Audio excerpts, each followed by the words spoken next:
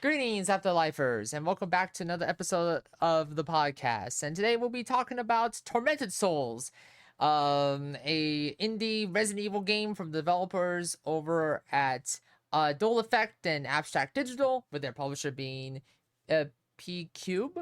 If that's how you say their name. The game was released on August 26th, 2021, with the price tag of $19.99.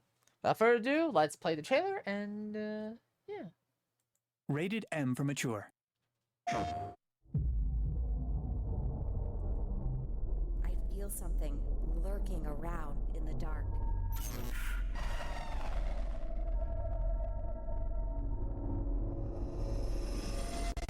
Please, miss, you have to help me get out of here.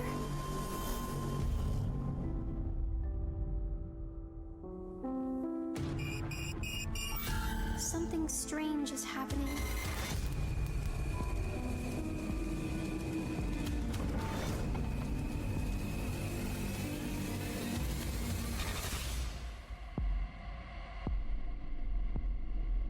Everything will be all right, I promise. I won't let anything bad happen to you.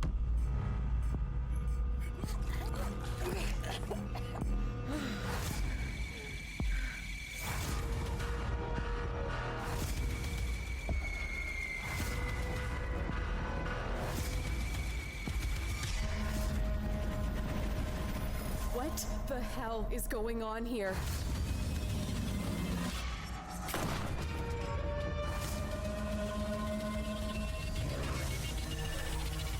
Who is filming these atrocities?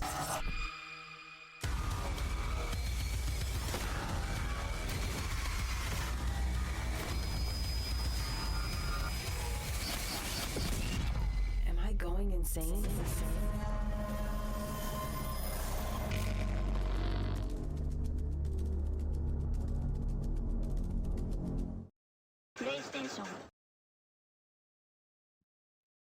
And that trailer was for the launch trailer for Tormented Souls on the PlayStation console. But yeah, Tormented Souls. There's a lot to love and hate about this game. This game is the perfect example of a love and hate relationship, because there's a lot to love and not so much things to love about the game. Let's get started with the good first. If you love Resident Evil, Silent Hill combat, this game is for you. The atmosphere is great for what they were able to do here. Of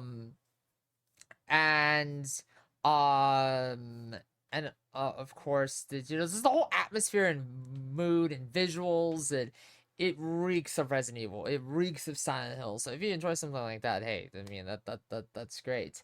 The price tag is also a plus. I mentioned the price tag twice because a game that we will be reviewing once I finish it, it isn't in a favorable light with the price tag. But with that said, let's talk about the negatives, because there's a whole lot of negatives, and it's this weird teeter-totter of like, oh, there's a good and bad, counter for counter, right? First and foremost is the puzzles.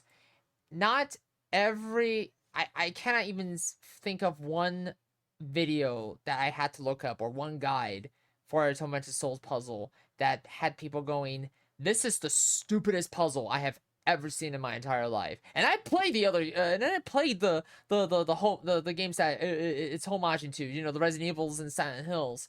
There's just some puzzles that are in your face and not so much in your face. It's just so weird to me that they thought that was okay. They thought that was okay to do puzzles like that. And it's also one of those puzzle games too, where it's also one of those puzzle games too where you can't just click and it just, like, you can't just hit the combine button and no, you have to press the item, drag the item over, and see what works and doesn't work, and open up the caplet, and they go the extra mile when doing these puzzles. And wow, like if you had to look up a guide, I do not blame you. because my god, there were moments where I'm just like, this doesn't make any sense. There's this one puzzle where I was like, what am I supposed to do here? And a viewer had to tell me that, oh, you're supposed to go around 3 times in a circle. I didn't know that. And now you might be thinking, well, if you saw the previous scene, like, well, yeah, but how am I supposed to know that, though? You know, some puzzles are in your face, which is great, and some puzzles are not so much in your face, and that's annoying. I don't like that one bit. Like, find this proper balance, or not at all, right? And just fuck it. Just fuck the puzzles, right? Another thing is the item scarcity. I don't know if it's intentional, just because there's like a debug menu for the PC version of Tormented Souls, because there is. You can basically give yourself God mode and items and all this stuff, which is nice. But it's like, man, they really want you to really think about your actions.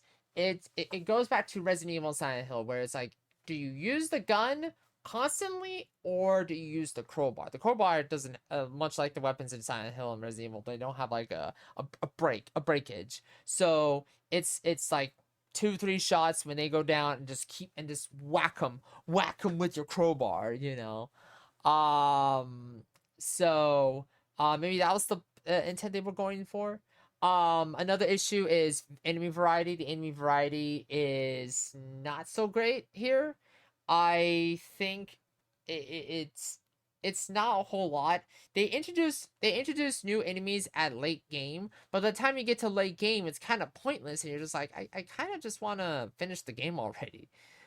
The story was very intriguing, very interesting. Yeah, it's your paint by numbers story of oh, this is cult you have to stop. You know, especially if you played, you know, the Silent Hill games, and you know what kind of story this is going for. And yes, there are multiple endings. If you choose to do the right things and wrong things and whatnot. There's no quick save system here. There's no, you have to save it manually using recording devices located in safe rooms and whatnot. And finally, the boss battles weren't that impressive. I think there was only like one real boss battle, really, and that boss wasn't that challenging at all. So they played it safe, but there were moments where like, you can kind of make this better, right? Well, thankfully in Tormented Souls 2, they added a difficulty system. They added yeah, enemies can still hit, but hey, there's more ammo, there's auto-saving going through doors. Yeah, that's right. It's as classic Resident Evil Silent Hill as it's gonna get, where it's like, hey, if you want to save, you gotta find a safe room. You gotta find a safe room and save it. Also, another issue with Tormented Souls 1 that they rectify in Tormented Souls 2 is they actually show you where you are on the map. And whether or not this room is clear, or whether or not, oh yeah, this item has a puzzle, an item that you need to complete this item, you know, and that's great, that's awesome. You know, it's you know, I'm very glad that the sequel has learned a lot. And then of course, finally, the character models and the voice acting is nothing to write home about. It's really. Ooh man, it's not Daymare 1998 bad, let me tell you what. But there were moments where I kind of questioned if it was going in a cheesy direction. But overall, I give this a 7. I give this a 7 out of 10. I recommend it, whether it be full price or on sale. It's a fun game, although again the puzzles are the infuriating part. The visuals, the straightforward combat, it's just, again, there's a lot of good here, but then there's also a lot of bad here. And again, do not be surprised if you find yourself using the debug menu, because I bet a lot of people did too,